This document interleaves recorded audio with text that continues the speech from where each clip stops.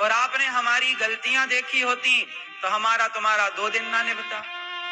बोलो हाँ, गलतियां हम में भी लाख बुराइयां हैं, आप में भी लाख बुराइयां हैं, लेकिन हमने आपकी बुराइयों को क्यों देखना है? हम तो आपके गुण देखें, आपकी अच्छाइयां देखें। ये संसार भलाई और बुराई से ही बना है। ये संसार किससे बना है? अच्छाई और बुराई से। अब बुराई और अच्छाई से बना तो है, अब देखना क्या है वो हमारे विचार पर, हमारी बुद्धिमत्ता पर निर्भर करता है कि हम देखें क्या। क्यों मेरी मां? हम क्या देखें? कहते ना, दृष्टि से ही तो सृष्टि है।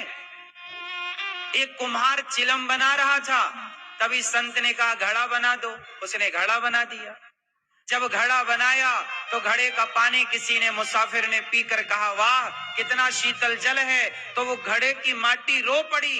घड़े की माटी ने कहा कुम्हार, तूने तो मुझे चिलम बनाने के लिए उठाया था, पर किसी साधु के कहने से घड़ा बना दिया, तो आज देख इस घड़े का पानी पी करके लोग कितनी दुआएं दे रहे हैं। आज तेरे कारण इस माटी के घड़े को दुआएं मिल रही हैं कि घड़ा कितना शीतल जल देता है। कुम्हार, तूने मुझे चिलम बना दिया होता तो मैं भी जलती, जो पीता वो भी जलता, पर तूने मुझे घड़ा बना दिया, मैं भी ठंडा हूं, जो जल पी रहा है वो भी शीतलता को प्राप्त हुआ। कुम्हार, तेरे विचार बदले, तेरे सिर्फ घड़ा बना दिया, तेरे विचार बदले, लेकिन मेरी तो पूरी जिंदगी बदल गई।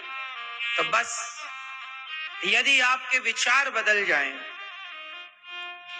आपके गांव में, आपकी समाज में बहुत बुरे लोग होते हैं, लेकिन आपकी दृष्टि होनी चाहिए। श्री कृष्ण को शिशुपाल ने 100 गालियां दी। श्री कृष्ण को शिशुपाल ने, भगवान को शिशुपाल ने 100 गालियां दी, पर 100 गालियां सुनकर भी भगवान ने ध्यान नहीं दिया। और वो 100 गालियां नित्य देता था, कल भी 100 गालियां, आज भी 100 गालियां, उसकी 100 गालियां माफ थी। कितनी गालियां? पर डे की 100। कल भी 100 दिया, आज भी 100 दिया, पिछले 1 महीने पहले भी 100 दिया, रोज 100। जब भी कन्हैया मिलते 100 गालियां देता, सबके सामने देता। भरी सभा में शिशुपाल खड़ा होकर कन्हैया को जलील कर, तू जाने क्या क्या क्या कहता होगा राम जाने, लेकिन 100 गालियां भगवान ने चुपचाप सुनी। जब एक दिन 101 भी हुई, भगवान ने सिर काट दिया।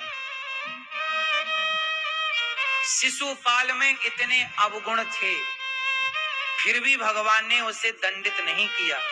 रोज रोज एक बार फाइनल परिणाम मिला। उसी तरह भगवान किसी के अपराध जो, अच्छा शिशुपाल को मारा भगवान ने, तो भगवान ने शिशुपाल को भेजा कहां? नरक के स्वर्ग। बोलो, चाहते तो नरक भेजते कि तूने गालियां दी, जा नरक। भगवान के हाथ में नरक है, भगवान के हाथ में वैकुंठ है, जहां भगवान ने उसे अपना धाम दिया, सायुज्य मुक्ति दी। क्यों? क्योंकि भगवान अपराध नहीं देखते। मैं करोड़ों बार अपराध कर चुका, करोड़ों जन्म का अपराधी हूं, लेकिन भगवान ने अपराध देखे होते तो अपने वृंदावन में थोड़ी बसाते।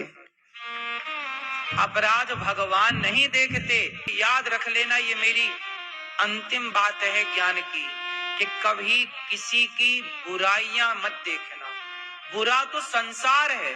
कबीर जी क्या कहते? बुरा जो देखन मैं चला, बुरा ना मिलिया, जो दिल खोजा आपुना हमसे बुरा ना। बुरा तो संसार में सबसे ज्यादा हम हैं, और हम दूसरों को बुरा बुरा बुरा बुरा कहते हैं। इसलिए जो व्यक्ति स्वयं को देखता है उसे सब कोई देखता है, जो दूसरों को ही देखता रहता है उसे कोई नहीं देखता। इसलिए खुद को देखिए, खुद को बेहतर बनाइए, खुद को ठीक करिए। जब आपके विवाह हुए, प्रत्येक रानी से 10 बेटा, 1 बेटी भई, इतने विवाह करके भी भगवान प्रसन्न है, और आप एक विवाह करके परेशान हो। क्यों? क्योंकि आपको गृहस्थी चलानी नहीं आई। भगवान ने इतने सारे विवाह करके बताए समाज को कि देखो गृहस्थी चलानी कैसी। हर हाल में पॉजिटिव रहना है, हर हाल में प्रसन्न का धन्यवाद करना है, तब तो गृहस्थी चलेगी, आप जीवन में खुश रहोगे। वरना शिकायत शिकायत है तो मर जाओगे, शिकायतों का पार ना पा पाओगे, शिकायतों का कोई अंत ना हो। भगवान श्री कृष्ण और रुक्मणी जी प्रेम से ना वो गृहस्थी में खुश भी रहते हैं।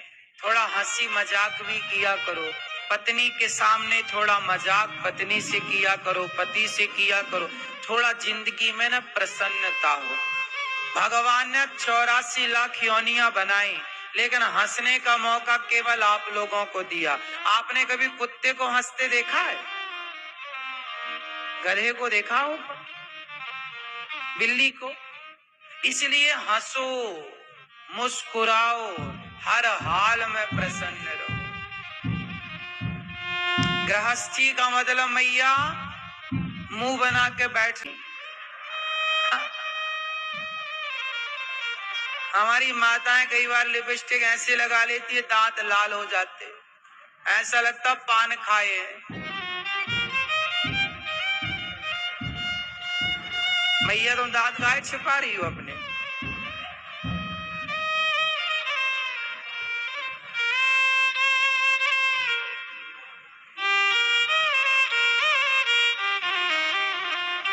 क्यों मैया, दांत में तो नहीं लगी लिपस्टिक? देख लिया था ना शीशे में, पॉलिश साफ कर लिया था।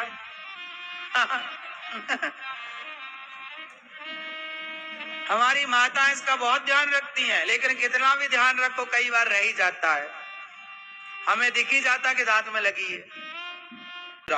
इसलिए भगवान के मंदिर में भगवान कैसे हैं? इसलिए प्रसन्न रहो, खुश रहो, पत्नी के संग, बच्चों के संग, जैसी हालत है, झोपड़ी है या महल है, उसमें खुश रहो। मायने नहीं रखते कि महल है या कि झोपड़ी है, आपकी प्रसन्नता मायने रखती है। क्यों? बात सही है। इसलिए खुश रहा करो। कैसे रहोगे भैया? परेशान भैया कैसे रहोगे? खुश रहा करो, हर हाल में हैप्पी, प्रसन्न रहो। खुश रखना भी बहुत अच्छी बात है। खुश रहिए और खुश जियो, और जीने पड़ोसी को भी खुश रखो, रिश्तेदारों को भी खुश रखो। आप अपनी तरफ से वैसे पड़ोसी रिश्तेदार कभी खुश हो ही नहीं सकते, दुनिया कभी खुश कर पाई कि तुम कर पाओगे, लेकिन फिर भी अपनी तरफ से